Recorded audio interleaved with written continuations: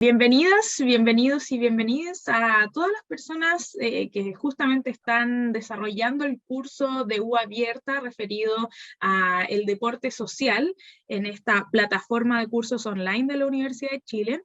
El día de hoy me encuentro con quienes ya ven en pantalla. Ella es Carolina Cabello Escudero, socióloga, historiadora e investigadora del deporte.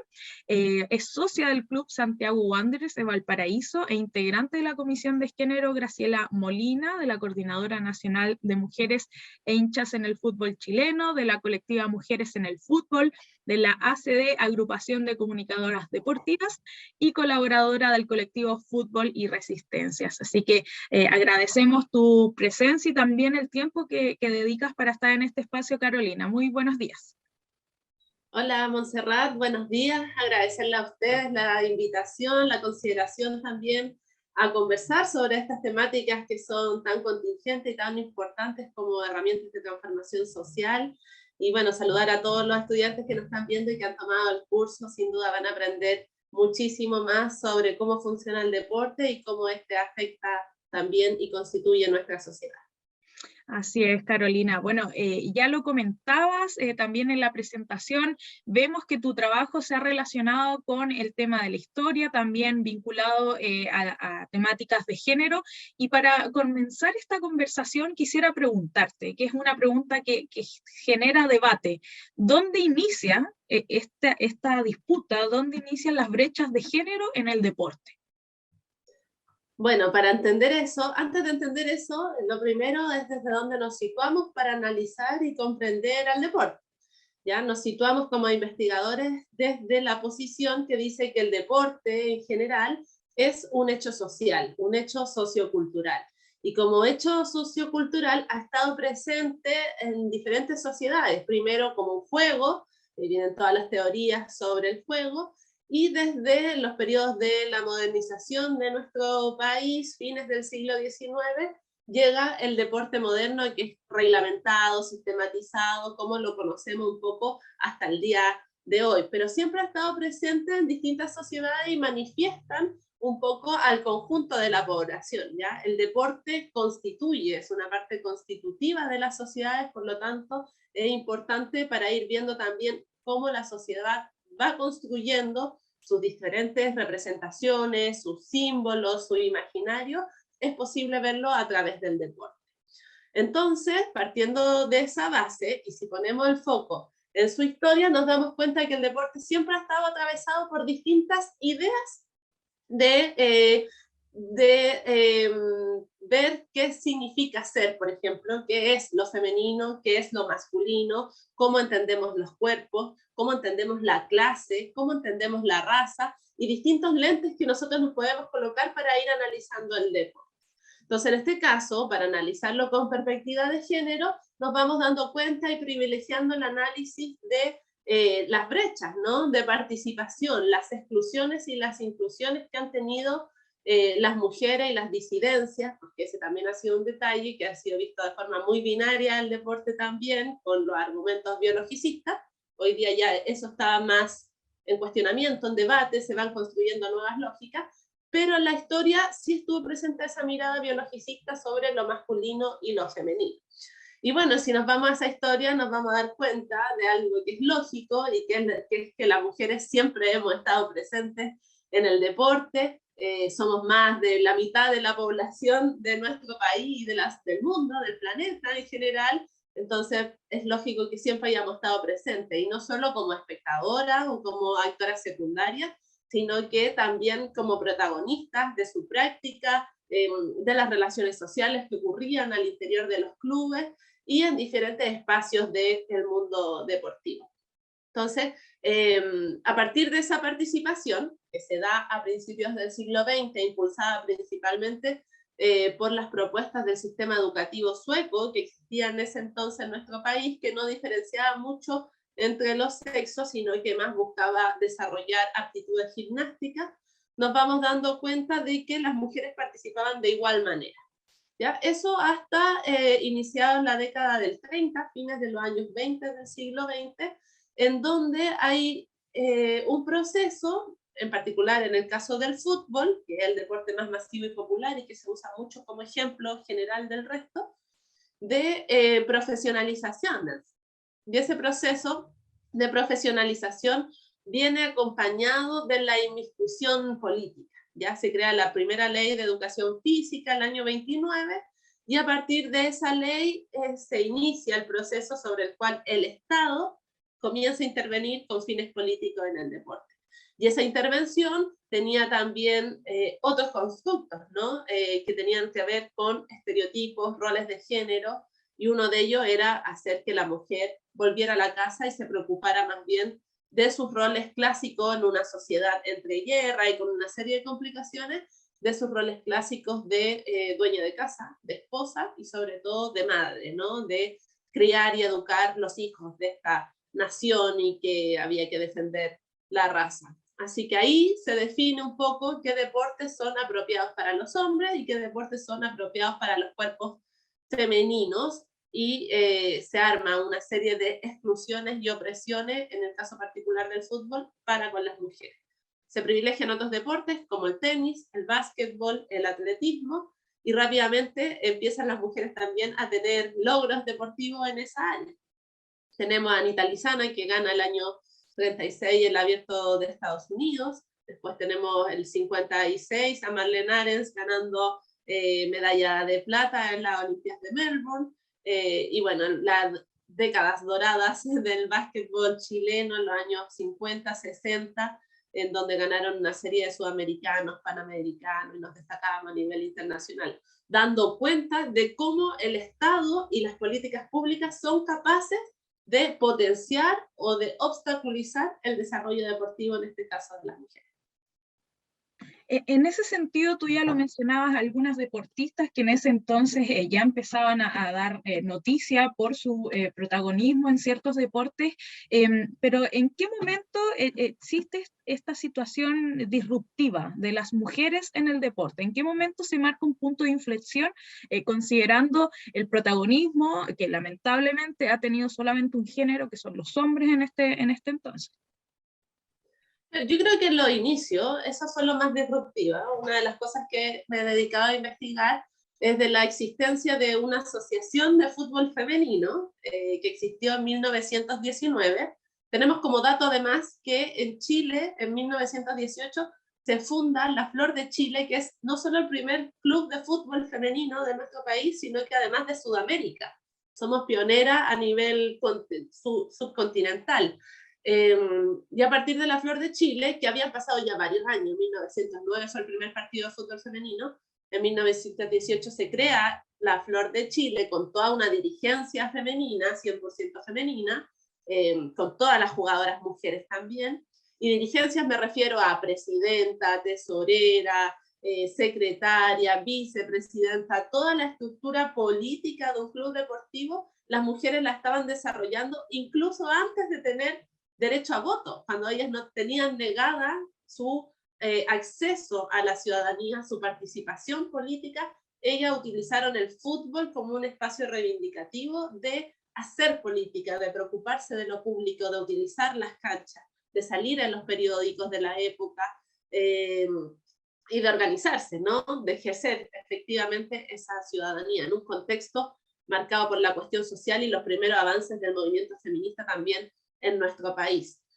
Y posteriormente en 1919 esto que hace la Flor de Chile se replica en otros clubes obreros, y ahí es súper disruptivo porque a diferencia, por ejemplo, del fútbol masculino que llegó a nuestro país, lo trajeron principalmente inmigrantes europeos, ingleses, escoceses, que organizaban sus propias ligas de fútbol. O sea, la primera asociación de fútbol en nuestro país fue una asociación inglesa, en donde las reglas eran en inglés, se hablaba en inglés, y excluían de la participación a los criollos, a los chilenos y a gente que hablara otro idioma. Entonces tiene un origen sumamente elitista e internacional, extranjero. El fútbol femenino, en cambio, nace del movimiento obrero, nace de las clases populares, y lo utilizan, como te decía, como una reivindicación. Se construyen, conforman esta asociación 12 clubes obreros en la capital, en Santiago, y durante ese año 1919, conforman todo un circuito deportivo. Utilizaba más de 5 canchas distintas en la capital, en Santiago, incluido el Parque Cousiño, que es el actual Parque O'Higgins, en donde hay un partido entre Delicias del Sport y la Flor de Chile que lleva más de 5.000 personas a la cancha. Entonces había una masividad y un público también que las veía jugar y no se les veía del todo con malos ojos. Uno diría, no, estas mujeres extrañas, ¿qué significa? No, la prensa las destaca, habla de sus jugadoras destacadas, ¿cierto? Da las formaciones, habla de los esquemas tácticos. Otra cosa llamativa es que, por ejemplo, las árbitras también eran mujeres. Acá toda la dirigencia, todas las jugadoras, las árbitras, todo el circuito de esta asociación eran exclusivamente mujeres. Eran separatistas sin saber que eran separatistas.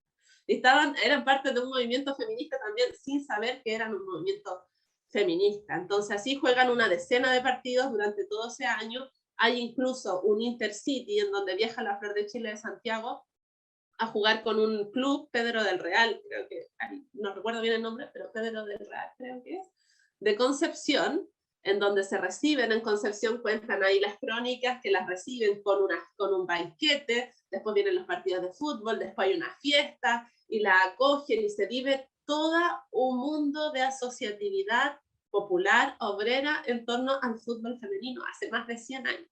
Entonces, eso claramente es rupturista y alertó a las autoridades de la época, a las mujeres de la élite también, a las mujeres católicas principalmente, que veían, no particularmente del fútbol, pero sí veían con preocupación cómo las mujeres estaban utilizando el espacio público y despreocupándose, o según ellas dejando de lado, sus roles tradicionales, que son la casa, la crianza, ¿cierto?, la domesticidad.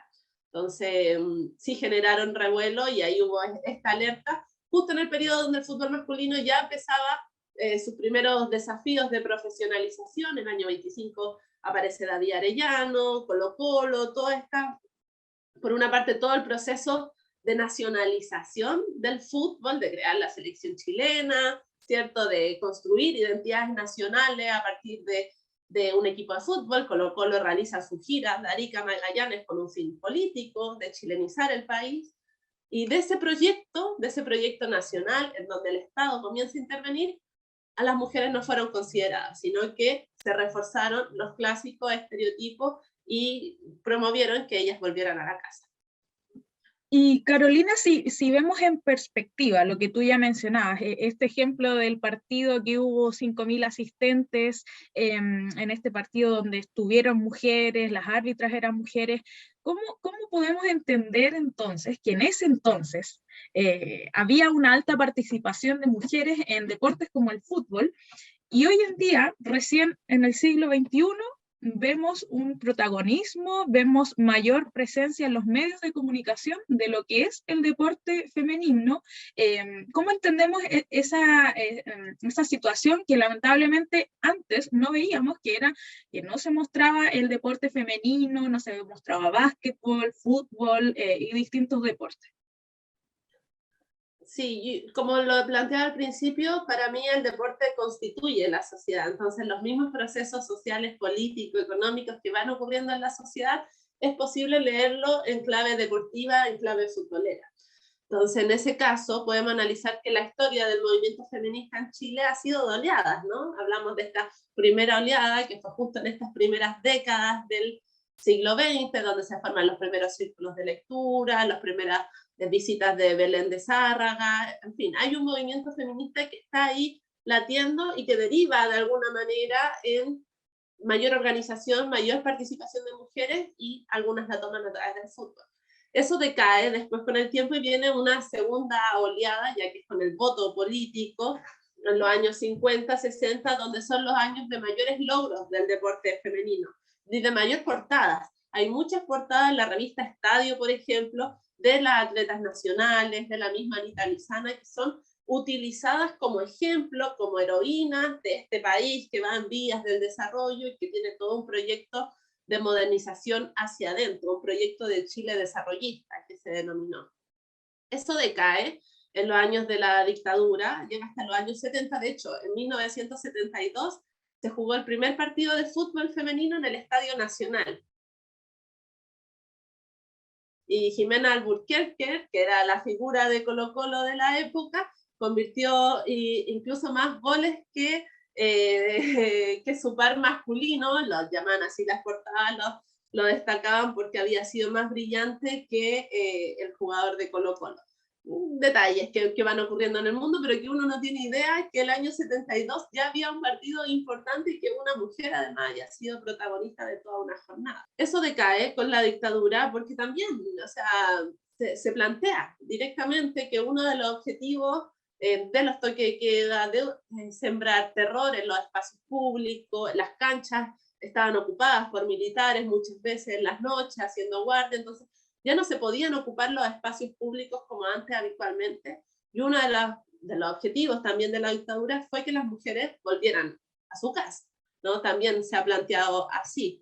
Y ahí vino toda nuevamente una época de clandestinidad, de invisibilización y de retroceso, tanto de los movimientos feministas como de la participación de las mujeres en el deporte. Hace un par de años con una compañera, con Gabriela Flores, hicimos una genealogía del deporte femenino en Chile y nos costó muchísimo poder encontrar deportistas destacadas en los años 70 y la década del 80. Tuvimos que buscar muchísimo material de investigación, archivos, revisar quién había ido a los Juegos Olímpicos para poder hallar algún nombre, porque la verdad el retroceso en el deporte femenino en estas décadas fue tremendo. Pero aún así, las futboleras y otras mujeres también continuaron participando al alero de los clubes de barrio, de la asociatividad, ¿cierto?, que se da en torno a un territorio en específico y los distintos deportes.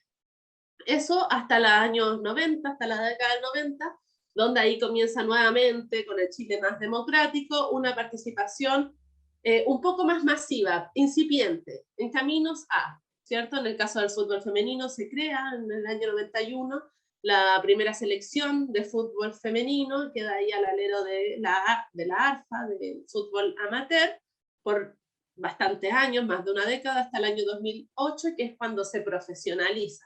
Vamos a hablar de ese proceso porque el fútbol, como te decía antes, para mí es el deporte más masivo y popular y es un ejemplo también de lo que se puede ir dando en los otros deportes.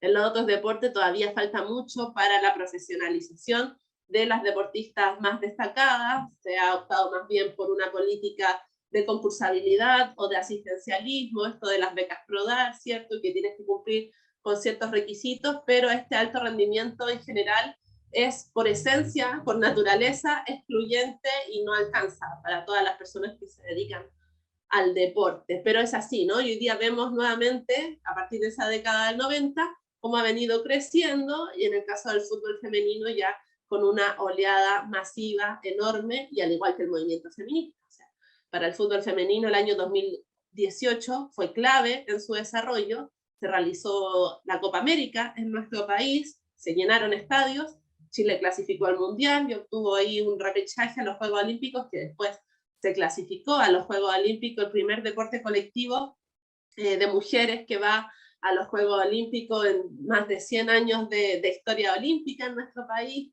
Por supuesto que hay una ruptura, un quiebre importante respecto de los 100 años anteriores en que se venía desarrollando este deporte.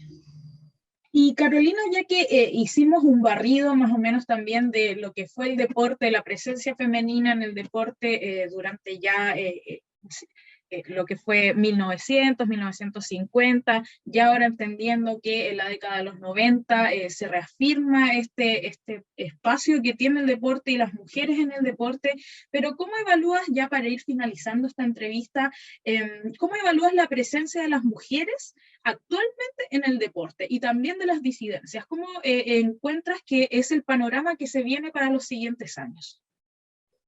Sí, a mí me parece que todavía no se logra romper del todo con el discurso biologicista, ¿no? Que es el deporte femenino y el deporte masculino. Yo prefiero hablar de deporte practicado por mujeres, por ejemplo, más que de fútbol femenino, porque eso inmediatamente lo categoriza dentro de un género en particular y deja fuera a otras identidades que se puedan sentir identificadas de otra forma. Mi sueño es poder avanzar hacia un deporte plural, ¿no? Donde todos los cuerpos tengan cabida, sobre todo en los deportes colectivos, en donde la corporalidad, lo sabemos, no es lo más elemental. En el fútbol hoy día los avances en cuanto a conocimientos tácticos, a las ciencias del deporte, plantean que un jugador talentoso o jugadora talentosa es quien toma las mejores decisiones en un momento determinado, una cosa mental de saber trabajar en equipo, en grupo, etc. Entonces, un cuerpo determinado de una persona no te va a determinar un resultado en un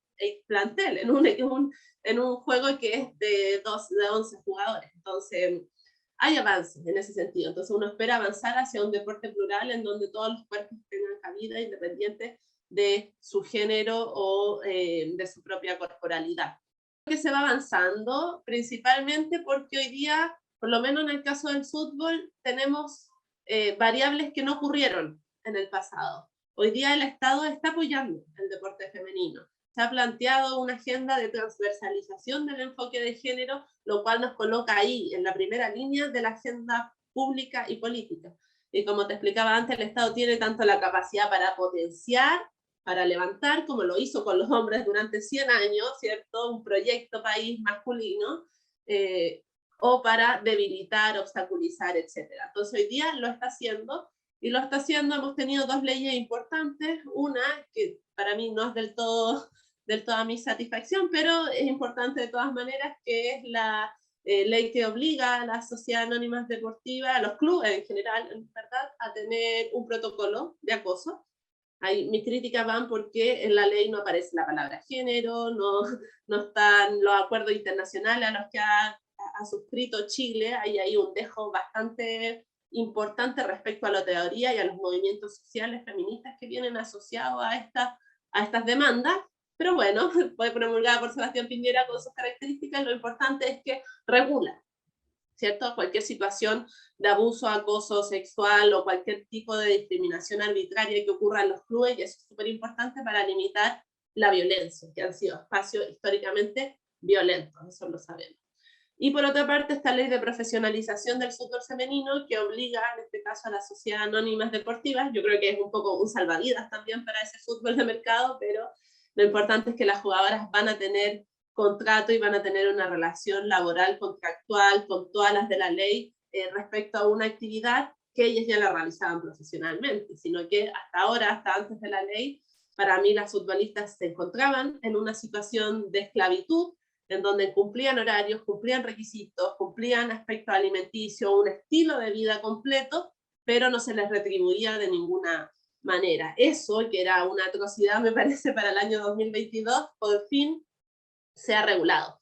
Pero falta muchísimo, y falta muchísimo en todos los deportes. Para mí, la agenda de futuro está resumida en algo que hemos denominado las 3 R, siguiendo las teorías de Nancy Fraser y sus políticas para la emancipación. Nancy Fraser, una investigadora feminista marxista, en donde relaciona, ¿cierto?, las variables emancipadoras del movimiento feminista con también la categoría de clase, que eso es súper importante no perder de vista, porque el feminismo finalmente lo que busca es que podamos ser libres, todas las personas libres de cualquier tipo de opresión, y no podemos obviar que existen otros tipos de opresión, y sobre todo aquellos que tienen que ver con la clase. Entonces, esta propuesta se engloba en las 3 R, que son redistribución, reconocimiento y representación.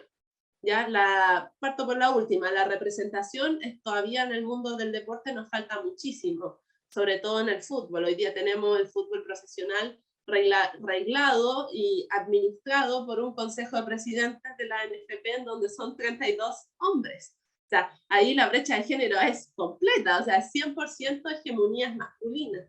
Yo me di el análisis también de el trabajo de analizar los directorios de las sociedades anónimas deportivas, y al año 2020 tan solo era un 7% la participación de las mujeres en los directorios. Entonces ahí hay una brecha enorme, y cuando tenemos una convención constituyente paritaria, cuando hablamos de paridad, bueno, ¿qué pasa con el deporte? ¿Qué pasa con el fútbol? En donde estas brechas de la toma de decisiones todavía son tremendas. Ahí hay algo que pensar, ¿no?